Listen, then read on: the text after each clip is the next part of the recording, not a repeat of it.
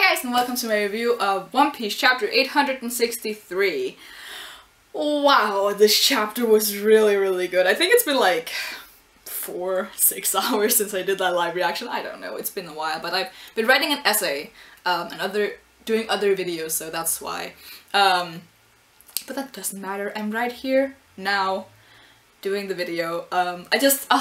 This chapter was really good. If you saw my live reaction, I had several orgasms reading that. It was just, wow, blew my mind away. It was really good with everything with Jinbei and Brook and just the chaos, Katakuri's power, Big Mom just being freaking angry, like holy crap, the panels of her throughout the entire chapter with first the confusion and the annoyance, and then steadily she got more and more angry, and then when it all kind of peaked with the Jinbei stuff, and then it was just so good. And when the next chapter comes, because of course the Mother Carmel picture, everything is just gonna go to shit. It's gonna be great. But I want to talk about Jinbei because the thing is with the chapter though, first of all, we're in the point of the story where the chapters, they're really cool, but they're also kind of simple because I don't want to just, repeat everything that happened. So yeah, in the beginning we had this and this and that. I don't want to talk about that, so, yeah. They're fairly simple, so I'm just gonna take, some points out and then talk about them, and we'll see what happens. But this definitely won't be, a 20-minute video. I say that now, but I don't know. But I'm gonna talk about Jinbei first, because everything about Jinbei in this chapter was fucking amazing. We had that point where he literally took the blame, or he said that he was the one who told Luffy and the Straw Hats about the Mother Carmel picture, that they know that it's important and they're trying to bring it because Jinbei said it's important. To take the blame, or not take the blame, but take the focus away from Capone, because so far in the story, Big Mom still doesn't know that Capone is against her. So far, he's still a loyal servant or whatever. So I thought it was really cool that Jinbei just quickly said, yeah, I said that, to keep Capone out of spotlight, because that means that Capone can still backstab someone. And of course he has his team, his crew. I was like, his team, his pirates, his crew. They're on standby to fire the rocket launcher, whatever it is. So it's better for him to stay undercover for as long as he possibly can, because that gives him the better chance. And just generally, Jinbei was he took all the focus on himself when he was like, yeah, I'm still gonna leave the crew, or your crew, and I'm gonna join Luffy. And then the epic speech where he was he didn't fear death and just said that he can't fear death because he's gonna join the crew of the future Pirate King. And I was about to die at that moment. It was the best line ever. And wow, I can imagine how mad Big Mom is. Oh, shit, man. Everything about that was just so great. But I think what this means for Jinbei, what I want to talk about, because there's still a debate of, is he gonna join, which, I mean, from this chapter, I think that's pretty self-explanatory, but there's also the big question is Jinbei gonna die? And I think a lot of people who think that he's gonna die are like, yeah, he's probably gonna die now, in this arc. And the last few weeks, I've really been toying with the idea that I like more and more, that Jinbei won't die in this arc, but will die in Wano. Because I kind of give him, because the thing is, there is kind of this death flag on him, because from the moment we met Jinbei, he just had a death wish. He was like, yeah, I'm not gonna die in Impel Down, but I wouldn't mind dying in the war for Ace or Whitebeard or whatever. And then later he was like, yeah, I wouldn't mind dying for Luffy.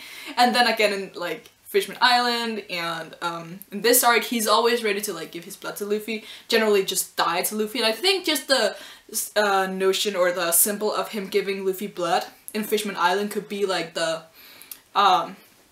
another factor in, yeah, Jinbei's definitely gonna die for Luffy, because he said that from the beginning. He was introduced as the person who was like, yeah, I'm ready to die for people I love. So it definitely makes a lot of sense for me to see Jinbei as the next major character who dies. Just because it makes a lot of sense in my mind, but I don't think it would make sense for him to die in this arc. I would much rather have him die in Wano, where we have like, where everything goes down, because Wano is like this is a big arc, no doubt about that, but it is still very character centric, and it's not gonna be as big as you know, Wano is gonna be. It's kind of like Thrill Up arc was a big arc, like a lot of things happened there. We had like a new Straw Hat, all the things that happened, we had the Sora moment by the end, and a lot of really important things happened there, but that's nothing compared to when you look at Marineford that happened so shortly after, or even just between Impel Down and Marineford. Like, again, Impel Down was such an important arc. We got a lot of information, we got a lot of characters reintroduced into the story, and just a lot of allies for Luffy, and just so many things that ended up causing like a huge wave later in the story, but it's still not as big as Marineford in that sense, and I think Wano will be kind of the same. So while Whole Cake Island is like an insane, it's a really cool arc, an insane arc. It's like the best in the New World, personally, I think. But there's a lot of reasons why I think that. I think Wano will be like 1,000 times bigger in every sense of the word, because we have the whole Straw Hat crew there. It's Kaido, it's like stuff we've been leading up to for a long time with Kinemon and Momonosuke and other samurai, and just with Law as well, and everything is just like, that's the peaking point of everything that's been going on ever since Punk Hazard, and maybe even as far back as Fishman Island.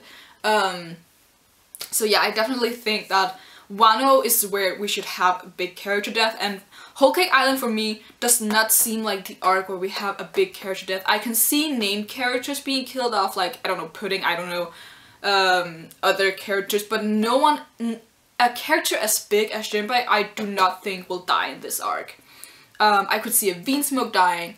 I could very much see Judge dying as a like redeeming act of saving Sanji, whatever, because that's the only way he gets any sort of redemption. I could see Pudding dying for some reason or another. I couldn't actually see Capone dying. I don't see the Supernovas dying anytime soon, actually.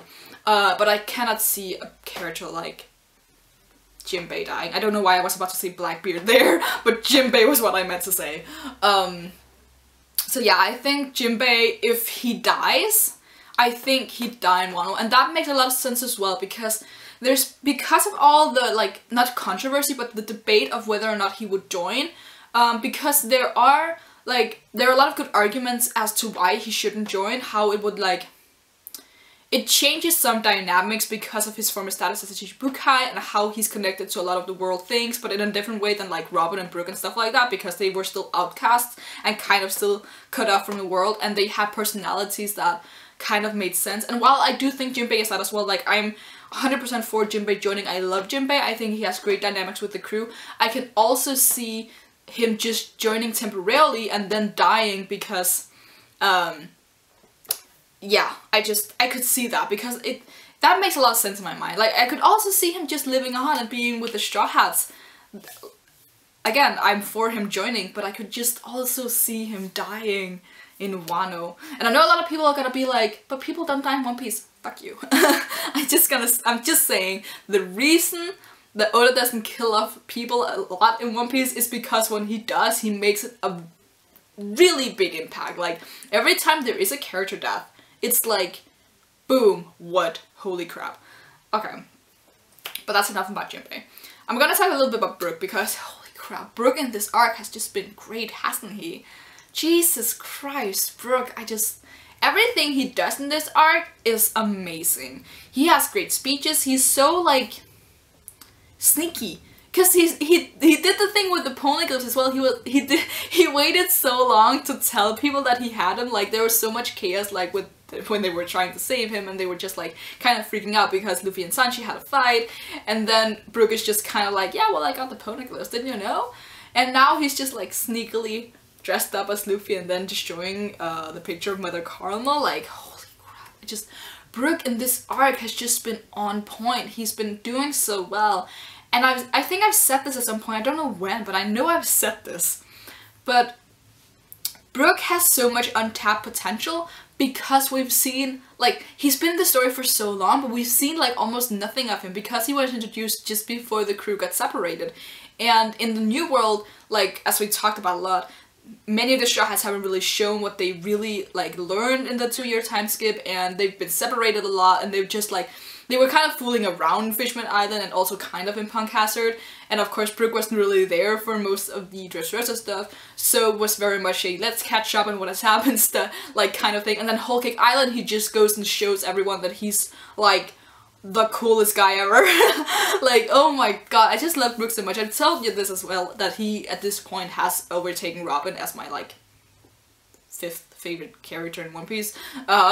He's definitely climbing the list, guys. He's, like, if this continues with Brook, and the others don't get as much, he might crawl into my top 3. Like, goodbye Zoro, goodbye Usopp, but Brook is up there. What haven't I talked about? Katakuri's power is, like, Mochi? What? Mochi Logia? I don't... Sometimes the line between Logia and Paramecia, I feel like, kind of not there, because why is the Mochi Mochi no Mi a Logia, but the Doku Doku no Mi is a Paramecia? I don't know. I still think the Magellan, however you pronounce his name, I think I've heard people say different things, his power should have been Logia, but I don't know. But yeah, I think basically I covered everything that I wanted to cover. We had the really great Capone face where he's just like, yeah, the great One Piece face of surprise and just what the heck are you doing, Luffy? That was really great to see, because all serious characters need to do that. But yeah, it was just really great. I really liked the art was really good because it felt very chaotic in the beginning with all the Luffys, which it should be, like, it gives you the feel of what's actually happening. And then with all the big panels with the Jinbei and Big Mom stuff and just the shading and the darkness, and woo, the art was really good. Like, One Piece generally has really good art, but I feel like this chapter in particular was really good at using the art style to convey atmosphere. So you had the very intense shading with the very intense moment. So the black and white was very, what can you say? Was very, I don't even know what the word I'm looking for is, but you know what I'm talking about, right? So it was very boo, pang, bow in your face, where the things in the beginning were very, like, chaotic, because you just had all the Luffys, you had so many lines just everywhere, which just fed into the chaotic atmosphere that was going on because Luffy was just causing a wreck. So yeah, I thought that was really great how the art style kind of sucked you into the world, which, again, One Piece does that a lot, but I thought this chapter especially did a really great job with that. So yeah, because I said I didn't want to make this 20 minutes, I'm gonna stop talking now. We can continue the discussion in the comments below, so if you have anything you want to say, you can just leave your thoughts there.